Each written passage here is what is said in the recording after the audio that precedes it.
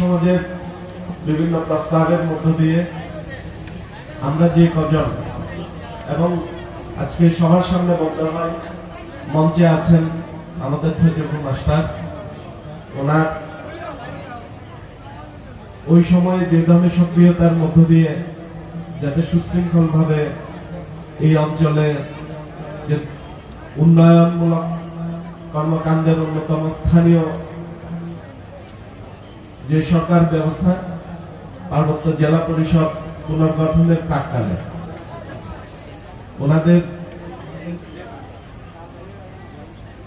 প্রস্তাবনায় এবং অবশ্যই ছাত্র সমাজের প্রস্তাবনায় পরবর্তীতে সদস্য সরকার আমাকে জেলা পরিষদে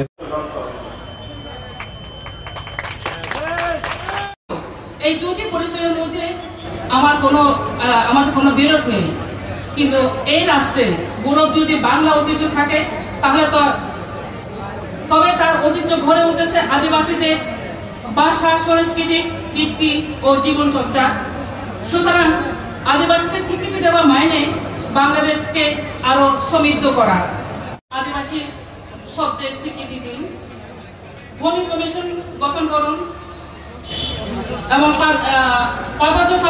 পার্বত্য চুক্তি 1997 সালে যে স্বাক্ষরিত হয়েছিল তা এখনো পুরোপুরি বাস্তবায়ন হয়নি। এই মাটির নিচে এখনো আমাদের যোদ্ধারা ঘুমিয়ে আছে। তেমনি ভাবে বাঙালি ভাইরা অনেকে রক্ত দিয়েছে, সেনাবাহিনীর মেজর, ক্যাপ্টেন, লেফটেন্যান্ট কর্নেল অনেকে রক্ত দিয়েছে। আমাদের মধ্যে আলাপ আলোচনার মধ্য দিয়ে পার্বত্য চট্টগ্রাম চুক্তি করা হয়েছে। কোন পক্ষ হারে নাই, আবার কোন পক্ষ জিতে নাই।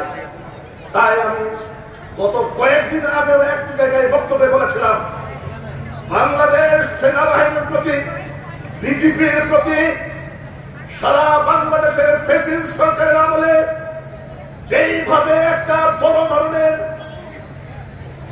একটা দোষারোপ করছিল যে বাংলাদেশ সেনাবাহিনী বাংলাদেশের প্রযোজ্য নয়, বাংলাদেশ সেনাবাহিনীর স্বৈরাচারের পক্ষে, ফ্যাসিস্টের পক্ষে, জনগণের পক্ষে নয়। কিন্তু বন্ধুরা আমার, 5ই আগস্টের পরে মাত্র 6 দিন ছাত্র জনতার পক্ষে থাকার কারণে বাংলাদেশ সেনাবাহিনী শুধুমাত্র বাংলাদেশ নয়, গোটা পৃথিবীতে তার হারিয়ে যাওয়ার মর্যাদা তারা ফিরে পেয়েছে। আজকে পার্বত্য চট্টগ্রাম চুক্তি যেটা হয়েছে, আদিবাসী হিসেবে যদি স্বীকৃতি দেওয়া হয়, জাতিসংঘের পক্ষ থেকে বলা হয়েছে যদি আদিবাসী স্বীকৃতি দেওয়া হয় তাহলে আদিবাসীদের সাথে দেশের অভ্যন্তরে এবং বাইরে যেই সমস্ত চুক্তি করা হয়েছে সেগুলো বাস্তবায়নের বাধ্যবাধকতা রয়েছে। সংগ্রামী বন্ধুরা আমার, যদিও বা এগুলো পুরন কথা, আমার বক্তব্য যারা শুনছেন বাঙালি ভাইরা, সাধারণ জনতা, প্রশাসনের কর্তা ব্যক্তিরা, আপনারা অবশ্যই করেছেন, আমরাও জানি। তারপরেও আদিবাসীদের সংখ্যা বিষয়ে আমি দুটো লাইন বলতে চাই। আদিবাসী হলো সেই জনগোষ্ঠী যারা বর্তমান রাষ্ট্রীয় সীমানা নির্ধারণের পূর্ব থেকে ঐতিহাসিকভাবে একটি নির্দিষ্ট অঞ্চলে বসবাস করে আসছে, যারা নিজেরা নিজেদের আলাদা জাতিসত্তা হিসাবে চিহ্নিত করে এবং যারা তাদের নিজস্ব ভাষা, সংস্কৃতি, প্রথা ও জীবনের ধারা রক্ষা করে চলেছে এবং উপনিবেশিক শাসনের ফলে নিপীড়নের অভিজ্ঞতা রয়েছে, ভূমির সাথে যাদের নিবিড় সম্পর্ক রয়েছে এবং রাষ্ট্র গঠন প্রক্রিয়ায় যাদের অংশগ্রহণ নেই এবং তাদের সংস্কৃতি, সামাজিক, রাজনৈতিক ও অর্থনৈতিক কাঠামো আপনা আপনি মূল স্রোতধারা জনগণ থেকে পৃথক, তারাই হল মূলত আদিবাসী। আদিবাসী যখন জাতিসংঘ পক্ষ থেকে সংজ্ঞা দেয় তখন তো বলা হয় নাই America, Australia, Canada, Ethiopia, Burma, ভারতে, বাংলাদেশের যারা মূল স্রোতধারার জনগোষ্ঠী আছে তাদের বিপক্ষে, সেখানে তো কোনো কথা বলা হয় না।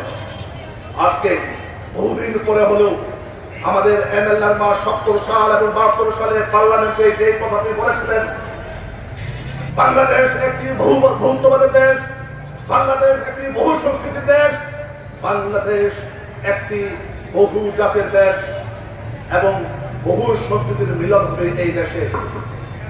এই দেশের কোন অবস্থাতে একক রাষ্ট্র যাকে বলা হয় ওয়ান ইউনিটরি গভর্নমেন্ট, বাংলায় বলা হয় একক সত্তার দেশ, সেই হিসাবে মুক্তিযুদ্ধের চেতনা প্রতি ছিল না।